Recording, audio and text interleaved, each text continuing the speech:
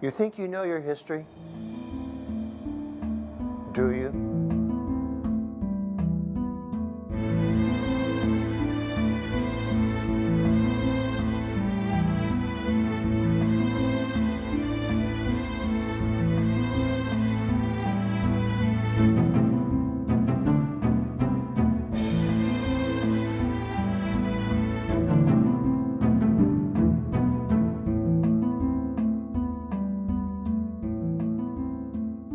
Hi, I'm your host, Rick Wagner.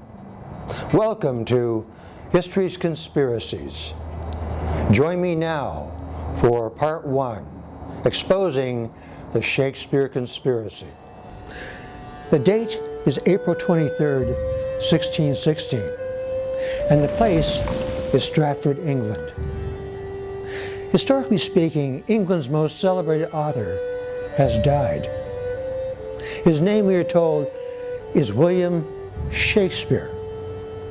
Think on it. England must be in mourning. The outpouring of grief, sympathy, and praise must be enormous. Heads of state, as well as prominent literary figures, must be dipping their pens in ink to pay tribute to the greatest writer of the English language. A torrent of poems and elegies for Shakespeare must be soaring to a fever pitch. Westminster Abbey must be preparing a special place for his burial. Letters and comments about his passing must be circulating in great abundance. And yet, there's nothing. Just a deafening silence. None of England's great authors, before or since, has ever been so thoroughly ignored. No one. Not King James, who was a big Shakespeare fan, nor any contemporary poet or playwright or anyone else has anything to say. Not anyone. The passing of Shakespeare is a non-event. It's a complete vacuum. Why? How can that be? Something's just not right. It doesn't add up. It doesn't make sense. Is there something we've missed? Well, for a start, one thing most people have missed is the fact that the man from Stratford, whom we're all told was Shakespeare, didn't go by the name Shakespeare. His name, as he called it, was Shakespeare, spelled S-H-A-K-S-P-E-R-E, or in some cases, Shakespeare without the letter E on the end. The Stratford man never represented his name as Shakespeare, even in cases when it could have been advantageous for him to do so, as was the case with his having difficulty applying for a coat of arms.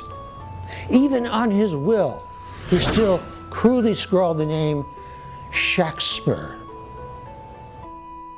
At first it might seem like splitting hairs, but there is a world of difference between Shakespeare and Shakespeare, especially when we consider that on many occasions in the earliest publications of the Shakespearean works, from beginning to end, the name was given as Shake-Spear,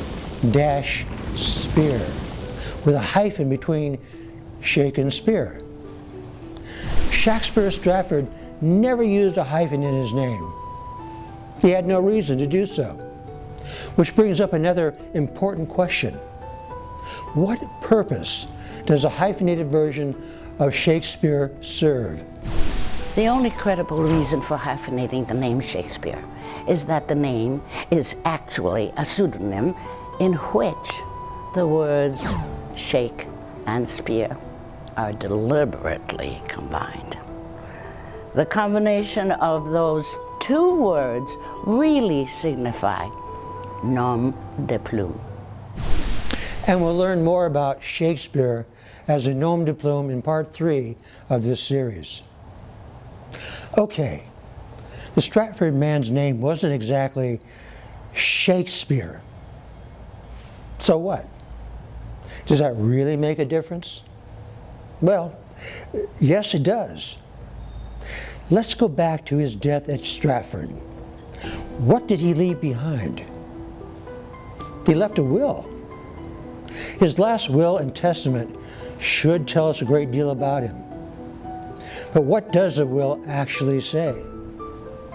Well, aside from the dispensation of his real estate holdings and monetary gifts to his family and friends, the will provides for his second best bed to go to his wife and various common household items to other family members.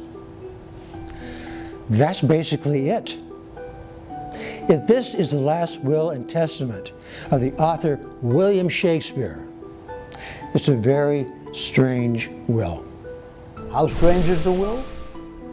Let's start with the fact that the overall punctuation of the Shakespeare canon literally consists of tens of thousands of periods, commas, colons, semicolons, and dashes.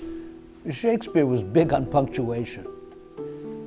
And yet Shakespeare's will has absolutely no punctuation whatsoever. It's a long, sloppy run-on sentence that goes on and on for 3 pages. How can the last will and testament of the greatest master of the English language not have any punctuation? I find that disturbing. What does it say about the man most people believe was the author of the Shakespearean works? Actually, it's what the will doesn't say that is so disturbing. We should rightfully expect William Shakespeare to have owned at least a personal collection of books. In Shakespeare's time, books were extremely valuable. There were no public libraries. Only people who could afford to own books had them. Shakespeare of Stratford died a wealthy man, wealthy enough to have owned an impressive library of his own. And yet, there is no mention of books whatsoever, not even a Bible. How could the greatest author in the English language not own a single book? And it gets even stranger. The will makes no mention of manuscripts of plays or poems, nor diaries, notebooks, or letters. Absolutely nothing of a literary or intellectual nature is mentioned. In fact, nothing is said about the testator having been a writer of anything. How can the greatest English author not leave his literary legacy to his heirs or friends? Considering there were at least 18 plays not yet published, wouldn't they be among the most important items to be mentioned in the will? There's also a strange provision where he left money to each of his fellow actors, John Hemming, Richard Burbage, and Henry Condell, so they could buy rings.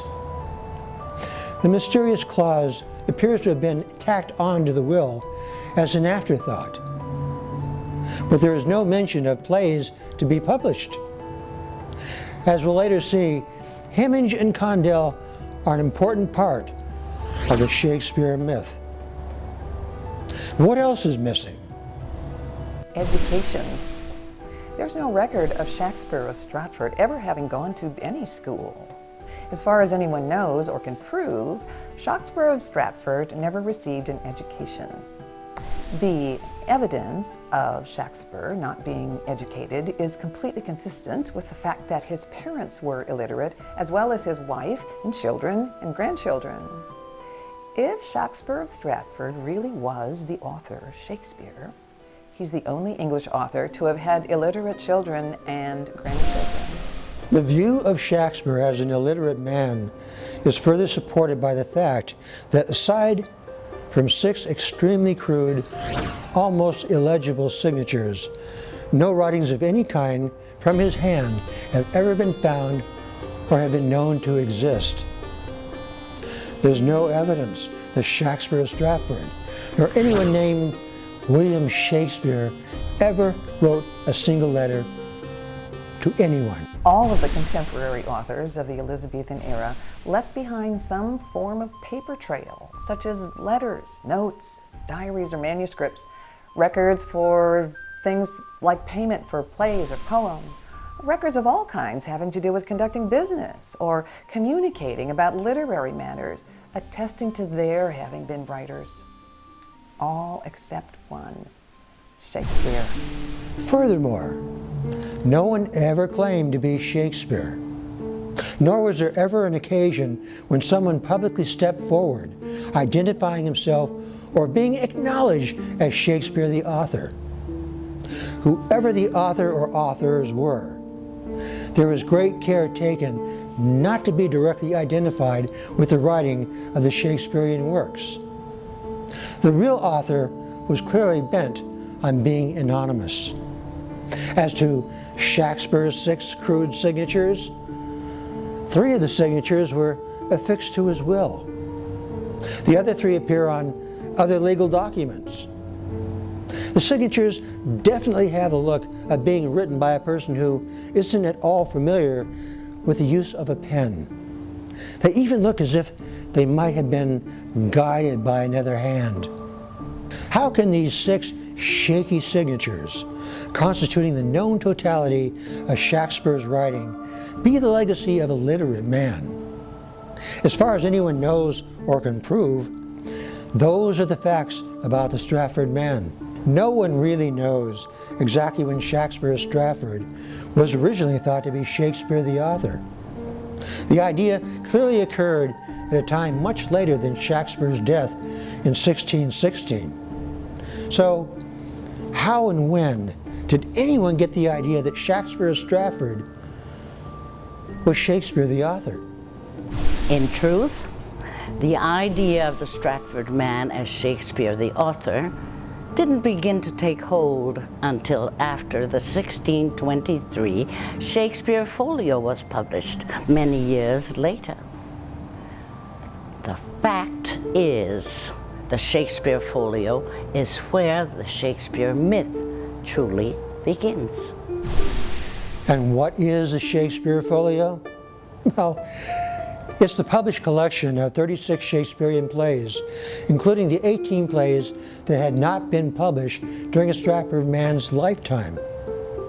It's important to note that none of Shakespeare's relatives were connected to or involved with the folio's publication, nor did they derive any financial benefit from its sale. But there's more, and here's where it gets really interesting. The 1623 Shakespeare folio incorporates a lot of strange, weird stuff. How strange? Well, let's start with the front cover. We're shown a picture of what is presumed to be Shakespeare, the author. We've all seen this picture. Whenever we see it, we say, yes, that's Shakespeare. It's almost a knee-jerk reaction, a Pavlovian response. Where did this picture come from? It came from the Flemish engraver Martin Droeshout, who was hired to create one of the strangest engraved images of all time. How strange is the picture? Well, let's start with the head. The head is grotesquely large and disproportionate to the torso. It's also out of alignment with the torso and rests on an unorthodox collar that was never in style at any time. There's no neck. The left eye in the image has a right-sided eyelid. Take a closer look. It gives the appearance of 2 right eyes. The body has the appearance of a tailor's dummy. The engraving shows an impossible doublet or jacket, as the shoulder wings don't correspond. The arm wing of the figure's left side of the garment is for the back right side. So we're being shown 2 right arms. Keep in mind, Droeshout was only 15 years old when Shakespeare of Stratford died. It's not likely that Droeshout ever met the Stratford man.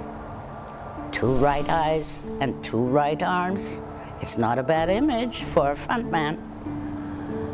And speaking of front men, take special notice of the unnecessary double line behind the figure's left cheek, suggesting the face in the image is really a mask. But a mask for whom? A mask for the real author. Bear in mind, a mask not only conceals one's identity, but it also acts as a substitute for someone else. We'll return to this theme later. The Droeshout engraving provides an important clue that things having to do with Shakespeare are not what they seem. And so, Ben Jonson's preface to the folio titled "To the Reader" taunts us with highly cryptic words that suggest we're being led into a riddle about the author's identity. Hence, the final line says, "Look not on his picture, but his book." So we follow along, but can't help wonder, why all the mystery? After 7 years, shouldn't the first words about the passing of England's greatest author be more straightforward? Next, we come to Hemming and Condell, Shakespeare's fellow actors, and their tribute to the author titled Epistle Dedicatory. Remember, they were the men to whom Shakespeare bequeathed money for memorial rings. We're supposed to believe that they spent the past 7 years collecting all the Shakespearean plays, apparently editing them for publication. We have to ask, from whom would they have obtained all of the unpublished manuscripts? And why wait 7 more years? When Shakespeare died, John Hemming was already 60 years old. In 1616, few people lived to see their 60th birthday. Why would Hemming wait another 7 uncertain years before memorializing Shakespeare? In truth, Hemming and Condell, who had also been actors in Ben Jonson's plays, became entangled with the Shakespeare folio because Jonson put them up to it. They were in need of him far more than he was of them. More than 900 pages strong, the Shakespeare folio was, next to the King James Bible, the grandest and most ambitious literary publication of its time. Aside from the cost of commissioning Martin Droeshout to produce his engraving of Shakespeare, the printing cost was immense, vastly more than Hemming and Condell could possibly afford. Clearly, the rich and powerful Pembroke Earls, William and Philip Herbert, to whom the folio was dedicated, provided for its expense. After all, they had been Jonson's patrons and backers for many years. Jonson had even lodged under their roof at Wilton House. It was Jonson who brought Hemming and Condell into the folio enterprise, not the other way around. Hemming and Condell were not involved in the folio's publication, as evidenced by the fact that they didn't own any of the shares in its sales. Even the folio's printers, Isaac Jaggard and Edward Blunt, they owned shares. And as to the editing, Hemming and Condell were not literary men. They were not known to have any skill with writing or editing, and yet we're to believe that they took on this Herculean task of editing the folio's 36 plays. Oh yes, there were massive revisions made to many of the plays, revisions that were not present in earlier publications. Clearly, Hemming and Condell were just pawns in the game. Back to the folio and the elegy titled Epistle Dedicatory, supposedly written by Hemming and Condell. As might be expected, there is a glaring problem with their alleged authorship. A portion of its text is paraphrased line for line from the dedicatory preface titled Natural History, written by the ancient scholar Pliny the Elder. Are we to believe that in writing their dedication, Hemming and Condell were translating from Pliny's Latin text? But the plot gets thicker. The Epistle Dedicatory, allegedly written by Hemming and Condell, tells us the plays were, quote, published according to the true original copies, unquote. However, that's simply not true, considering that a number of plays, such as Henry V, Richard III, The Merry Wives of Windsor, and Hamlet, had undergone massive revisions since Shakespeare's time. Who made the revisions? Who had the ability and the authority to do so? Certainly not Hemming and Condell, who have claimed to have left the plays intact. But it didn't stop there. 2 of the plays, had not only been revised, but they'd been given new titles. Up until 1621, the play we now know as Othello was titled The Moor of Venice. And up to 1623, the play we now know as Henry VIII was titled All is True. Who renamed them? Adding further to the folio strangeness, there's a second text with Hemage and Condell's names attached. It's titled To the Great Variety of Readers. Only this isn't an elegy, but rather an ostentatious and ignoble sales pitch, reminiscent of a carnival barker, exhorting the prospective reader or buyer to, quote, "Judge ye sixpence, your shilling's worth, your 5 shillings worth at a time or higher. But whatever you do, buy." The whole thing is peppered with legal terminology, which is highly unusual considering the two actors had no training or background in law.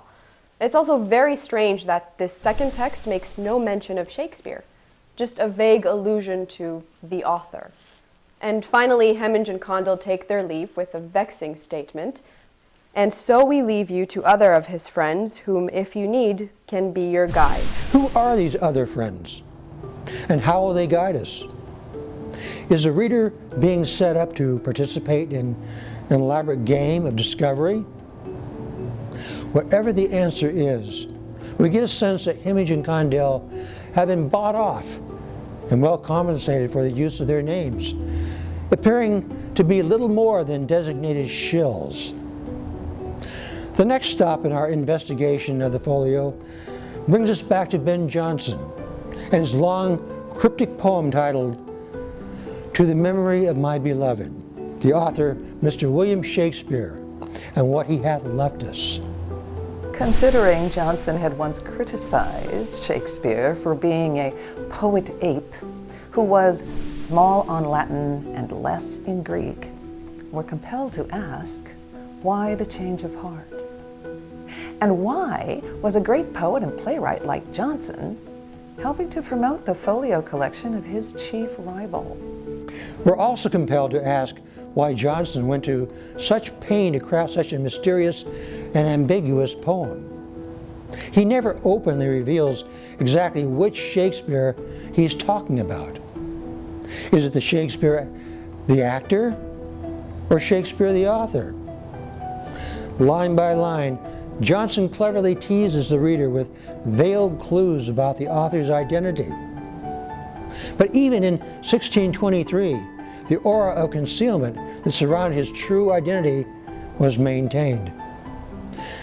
The best clue Jonson offers is to refer to the author as Sweet Swan of Avon.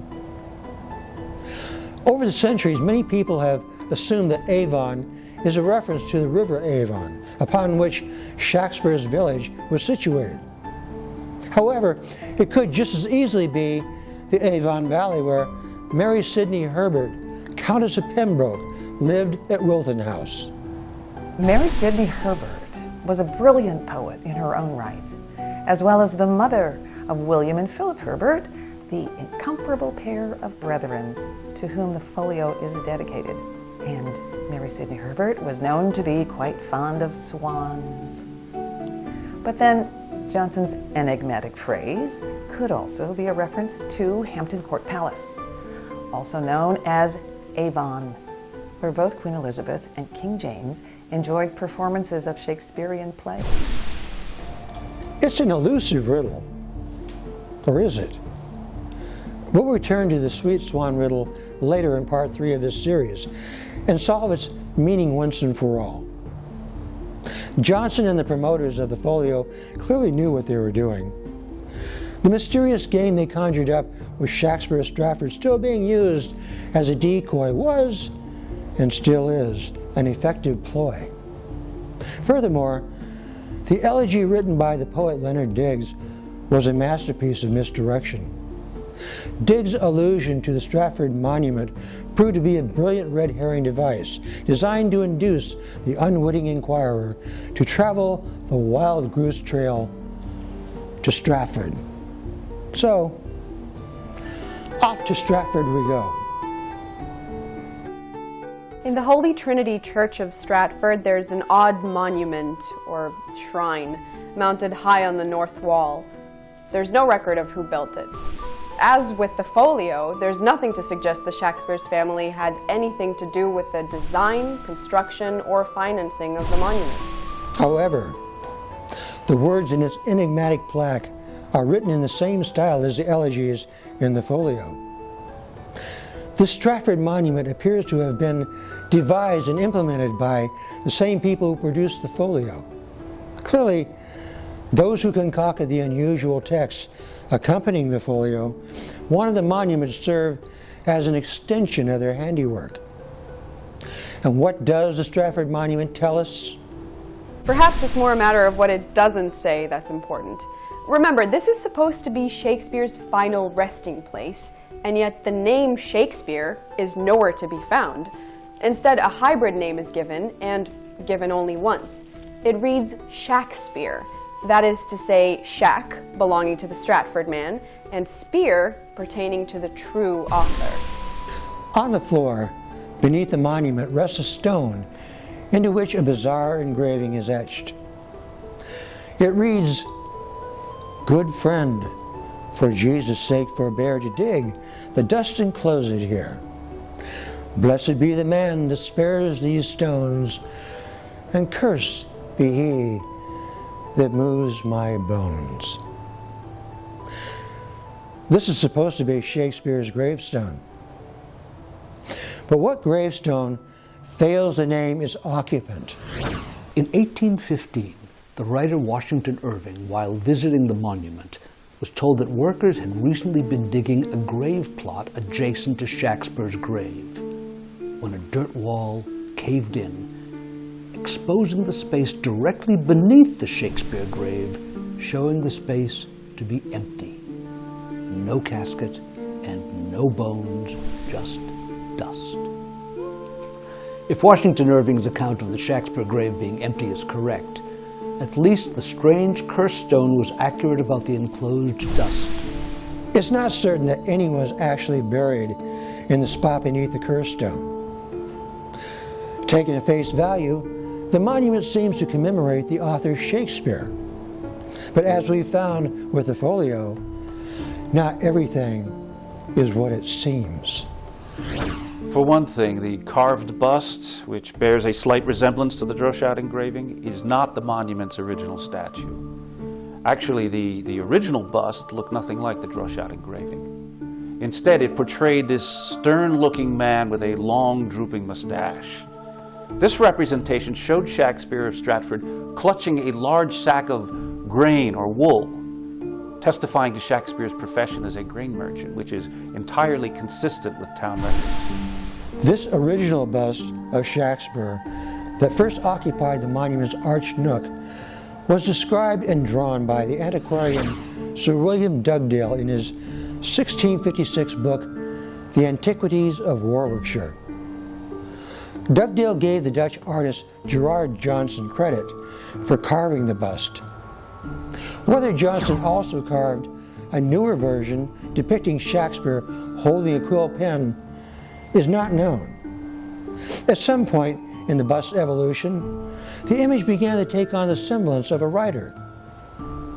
What's most important is the monument's underlying message, that is to say, what's being said in its highly ambiguous lines.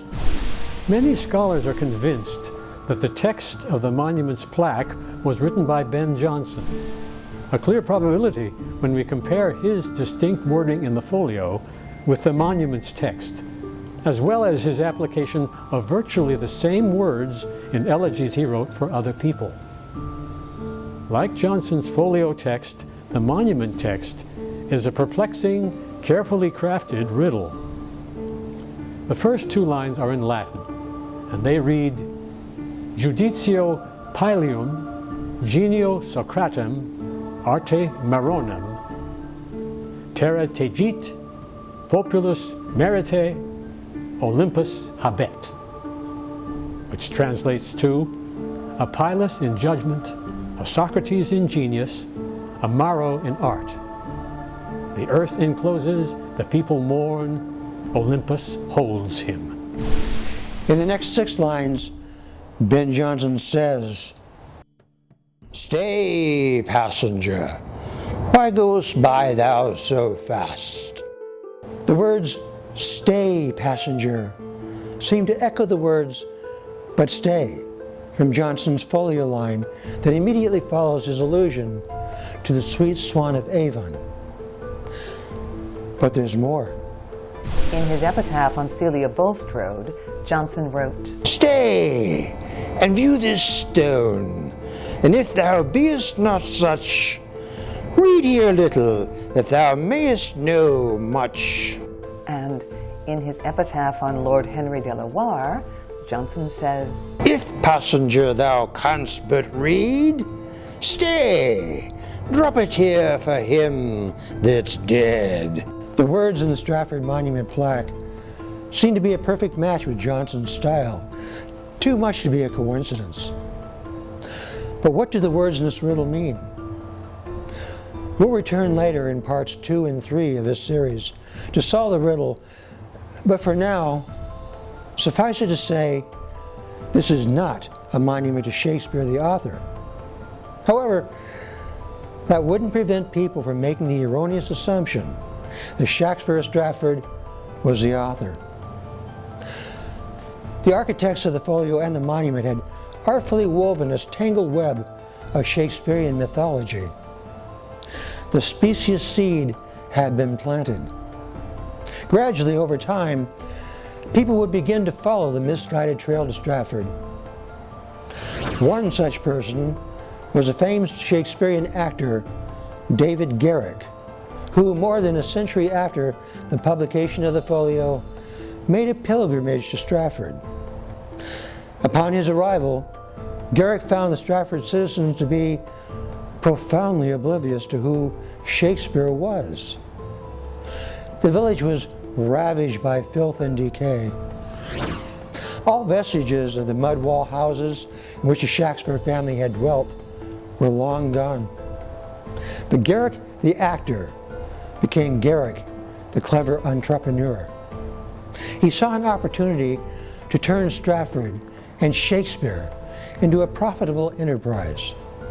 Thus, Garrick cashed in on the specious legacy of a 1623 folio, and so was born the Stratford myth of the man whom an unquestioning world came to accept as William Shakespeare, the author. Garrick quickly began to use his status as a celebrity to attract tourists with purses fat with spending money to his Stratford Jubilees. Garrick's Jubilees consisted of elaborate street processions, horse races, fireworks displays, and of course performances of Shakespearean plays in which Garrick was the star and producer.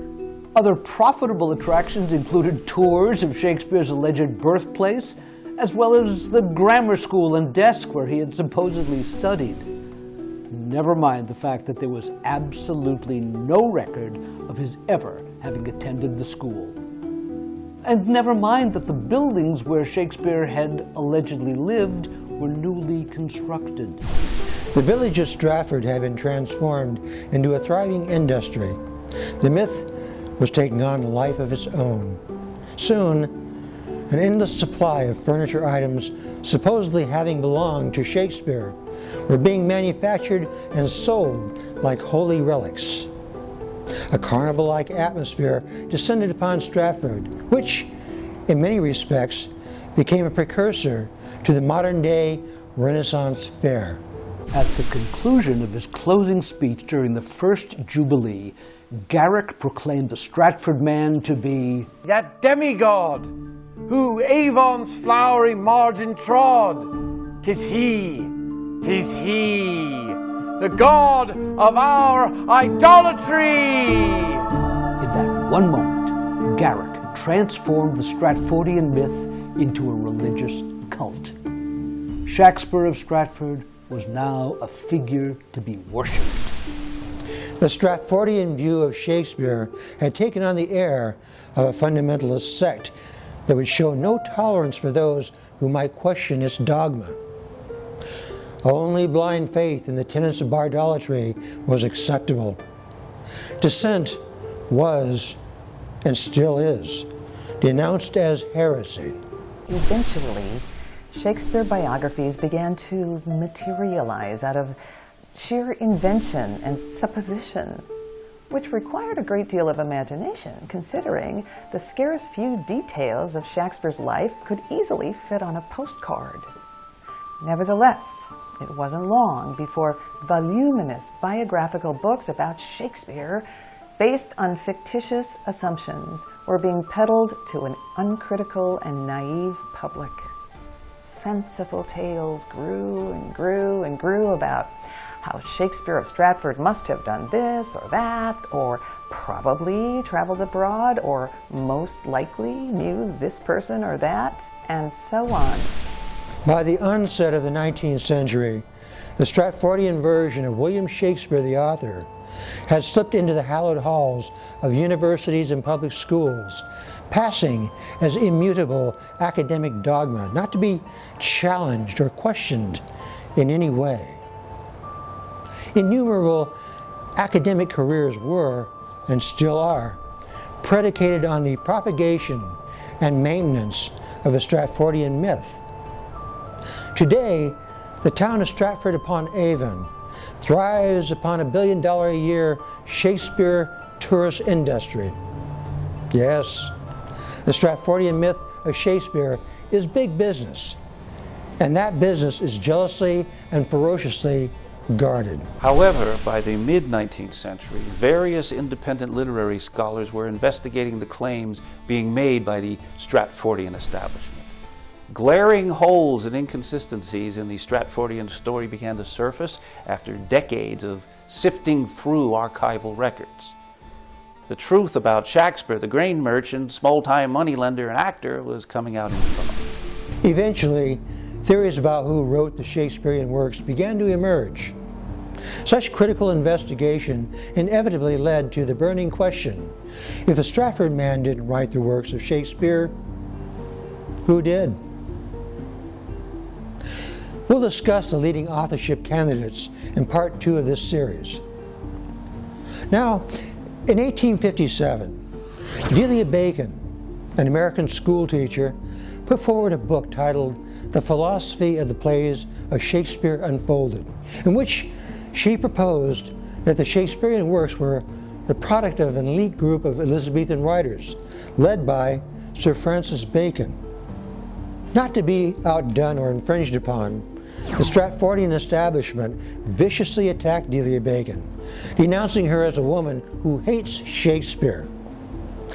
Soon thereafter, prominent authors such as Nathaniel Hawthorne and Ralph Waldo Emerson rallied in support of Delia Bacon. They too harbored serious doubts and reservations about the Stratford man's authorship of Shakespeare. And they weren't alone. Charles Dickens, Walt Whitman, Samuel Taylor Coleridge, Lord Palmerston, Thomas Hardy, Benjamin Disraeli, Henry James, and many others were voicing doubt about the Stratford man as the author of the Shakespeare canon.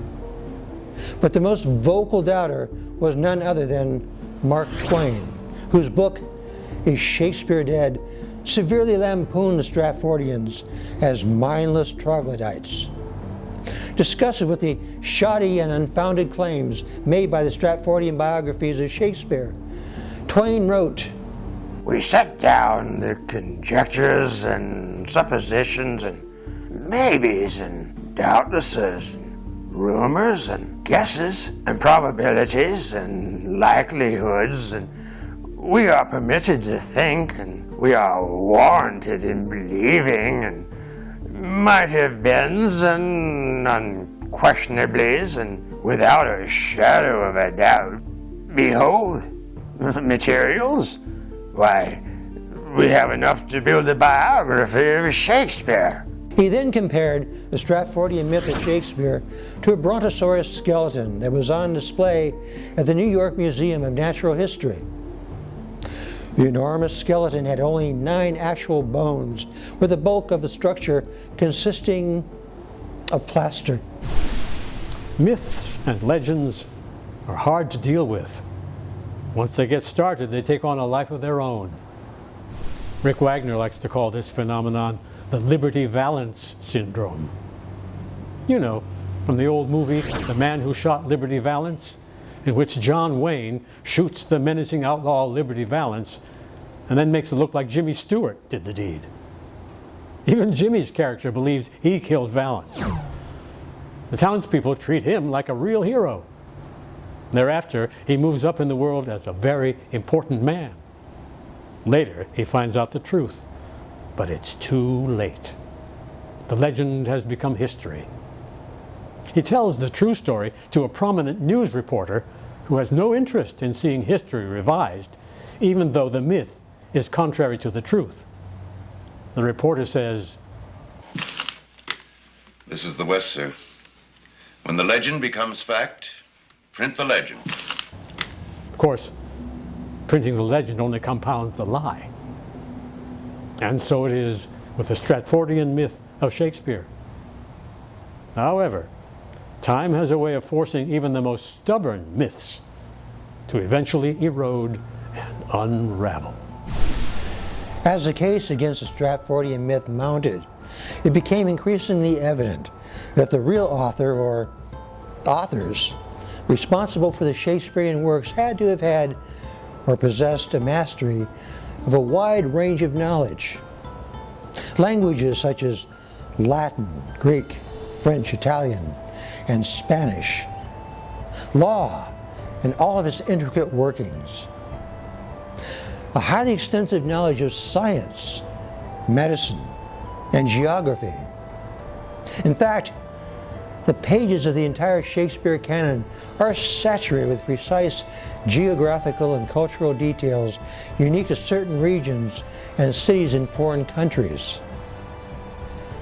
It is clear that the author was intimately familiar with such places, meaning that the author had to have actually traveled to specific locales, especially in Italy. The travels abroad of most Elizabethan authors are well documented, but there is no evidence that Shakespeare of Stratford ever left England. It's remarkable that the Stratfordian establishment never took issue with that point. For centuries, the Stratfordians counter-argued that their Stratford man only had to imagine the foreign settings mentioned in the plays, never having to travel to all of those places. They've even gone so far as to argue that many of the details about the foreign locales in the Shakespeare plays never existed. Evidence, they say, that their Stratford man was the author because only an untraveled person would make such geographical mistakes. Interestingly, none of the Stratfordian scholars ever bothered to investigate the foreign locales mentioned in the plays to see if the geographical errors they claimed existed actually did exist. Well, independent research has recently revealed that the true author, or authors, did get the geographical details right and had a thorough understanding of divergent political systems and of the manners and customs of royals and nobles in both foreign and domestic courts. Again, such intricate knowledge, as demonstrated throughout the pages of the Shakespearean works, could only be acquired by attending such courts and venues. The true author was writing about what he knew, what he had experienced. Despite the rising tide of evidentiary criticism and doubt against the crumbling Stratfordian position by prominent literary, intellectual, and theatrical figures such as Oliver Wendell Holmes, Daphne du Maurier, Sigmund Freud, Charlie Chaplin, Leslie Howard, Orson Welles, and Sir John Gielgud, the Stratfordian establishment, who arrogantly felt it was above any and all criticism, simply ignored the tide, occasionally lashing out at its critics as amateurs, snobs, crackpots, and conspiracy theorists. But as time wore on, more and more prominent people in the Shakespearean limelight expressed doubt about the Stratfordian view of the Shakespeare authorship. These people include famous Shakespearean actors such as Jeremy Irons, Vanessa Redgrave, Michael York, Sir Derek Jacobi, and Mark Rylance. In 2006, Shakespeare scholar John Sheehan formed the Shakespeare Authorship Coalition, sometimes referred to as the SAC. The SAC challenged the Stratfordian establishment to prove their hypothesis. They also put forth a declaration of reasonable doubt, which was quickly signed by thousands of prominent people in the literary and theatrical fields. This led to a featured story by the prestigious television show 60 Minutes. The Stratfordian establishment is officially known as the Shakespeare Birthplace Trust, and it's led by Stanley Wells, Paul Edmondson, and James Shapiro. In typical fashion, they responded by openly branding all of their critics as heretics, crackpots, conspiracy theorists, and Holocaust deniers. By adding the term Holocaust deniers to their list of ad hominem epithets, these high priests of Stratfordian propaganda had shown just how low they were willing to go. They also wrote a book titled Shakespeare Beyond Doubt. It is truly ironic that they would defend their fairy tale by placing a picture from a fairy tale on the cover of their book, namely the fantasy movie Shakespeare in Love. By branding all of the doubters as heretics, crackpots, conspiracy theorists, and Holocaust deniers, these ivory tower Stratfordians would be including among these doubters the U.S. Supreme Court Justices Sandra Day O'Connor, Harry A. Blackmun, Louis F. Powell, and Antonin Scalia. But they're in good company because the husband of England's Queen Elizabeth II, Prince Philip, Duke of Edinburgh, is also a doubter of Stratfordian dogma. And when Stanley Wells asked him if he too was a heretic, Prince Philip replied, "All the more so after reading your book." Perhaps we shouldn't be too surprised at Wells' lack of tact. The Stratfordian establishment has gone unchecked and unquestioned for such a long time that they've lost touch with any semblance of objectivity. The tenuous foundation upon which their premise rests has never been supported by facts or solid evidence, just blind faith. It's no wonder, therefore, that they behave like a religious sect. Only a religious sect would accuse non-believers of heresy. It would appear that the world of the 21st century has outgrown the mythical Shakespeare, the one based purely on faith. It's time to deal with the real Shakespeare, whoever or whatever that may be. It's time to embrace a Shakespeare whose essence is based on fact, not fantasy. So, knowing what we now know about Shakespeare of Stratford, should we allow the Liberty Valance syndrome to govern the historical view of Shakespeare? Remember, a false view of history, no matter how many people accept or believe in it, is still a lie. On that note, we close with the words of Henry James. I am haunted by the conviction that the divine William is the biggest and most successful fraud ever practiced on a patient world.